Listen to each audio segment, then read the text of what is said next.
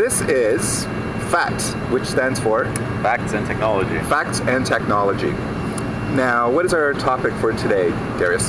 Today we decided to discuss a really interesting topic, one that a lot of people are very concerned about and interested in, and that is file sharing. File sharing. Otherwise known as file stealing. No, but sharing, that sounds like something you would learn in kindergarten as something that you are encouraged to do, right? That sounds like a good plan, right? But what happens when instead of sharing something, which you can split it off and maybe take it back, you can make infinite copies of it? Infinite copies? Yeah. But that's impossible. What do you mean it's impossible? Don't you know what computers are? There are a finite number of atoms in the universe. Let's just discuss this frankly because I hate this bull. Okay, here's the thing, wait, no, this is a clean podcast. You know, we have to bleep you. Swear? Just right now, we have to bleep you.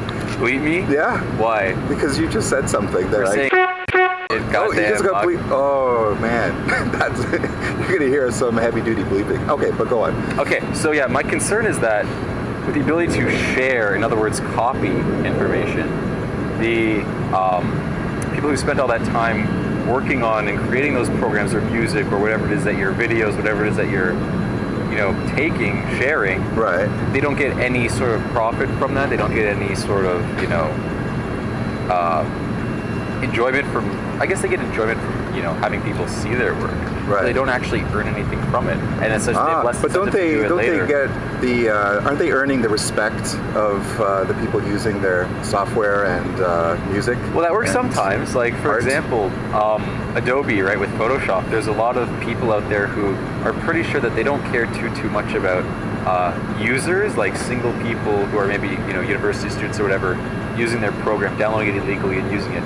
And the reason that they don't care so much is because once they do get into that business environment, they can sort of force their company and organization to really pay for it, and they can use, Adobe Photoshop instead of Corel Draw because they already know how to use Photoshop. So you're saying it's a good thing to share while you're at school or something, and then once you graduate, you're already familiar with the software that you stole, and then you would go and buy it because you feel like it's now a that you're earning money. It's a possibility.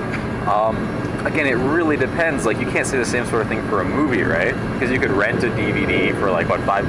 Right. And, I don't think there's too many people out there who have an internet connection but are unable to spend the money to buy a DVD. So. Oh, there was I just remembered something. There was a Microsoft executive that was quoted somewhere in the media. You can Google this. I'm not sure where that was, but he said something like about the Chinese industry where Windows is copied a lot. Yep. And I think he said something like, well, if you're going to copy an operating system, at least copy ours, right? Exactly, so of course. They must know about this, obviously, given a comment like that. Think about it. If you have another one that's, free or whatever, another you could possibly copy, wouldn't you want them to copy yours instead? Because maybe in the future they'll change their mind. Because imitation is the most sincere form of flattery.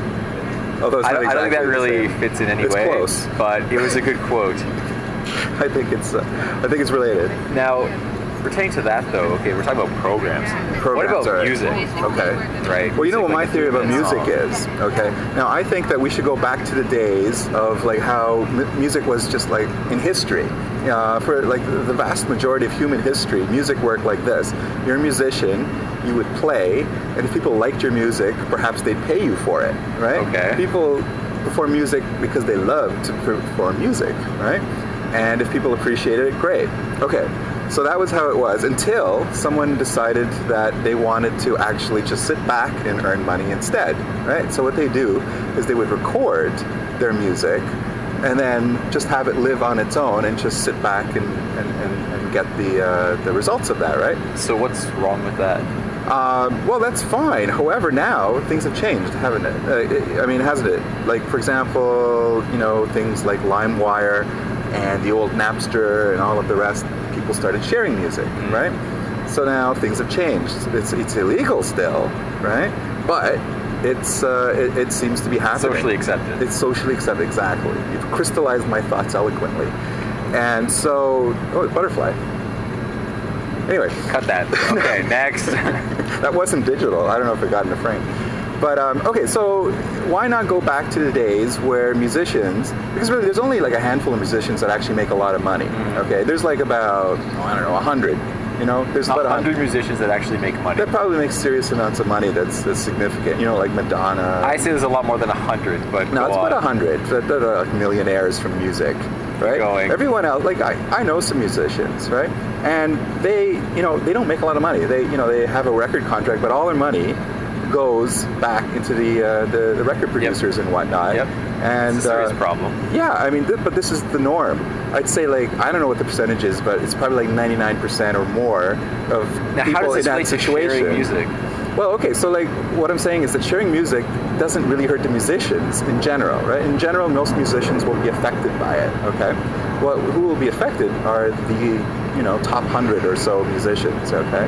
So who you're affecting is a record executive, or as David Letterman would put, you know, the record executive weasels. I like that. You know, that's a very good point, very interesting point, because it is true that the majority of artists make their money from doing concerts and shows as Concerts, opposed to the yes. actual records themselves. That's right. So how about this? So how about making the MP3s the ads for your concerts, right? Oh, but then the record executives would get pissed. Oh, they would, yes. But how about that as the new world order? Oh, it's an interesting idea. You Very know? interesting Then idea. everyone gets music. Everyone's happy. If you appreciate your performer, you go watch him live. When you watch him live, he's going to make some money off of that, and you'll be happy. He won't be a millionaire, all right? You know, or she, or they, or whoever, right? But they'll be doing all right if they're good and popular. Interesting idea. Of course, it doesn't, you know, counter the idea that why shouldn't a musician be able to sell if he or she wants to? Because as it stands right now, very few people will be able to do that. Now, with things like iTunes and stuff They can like sell that, their performances live.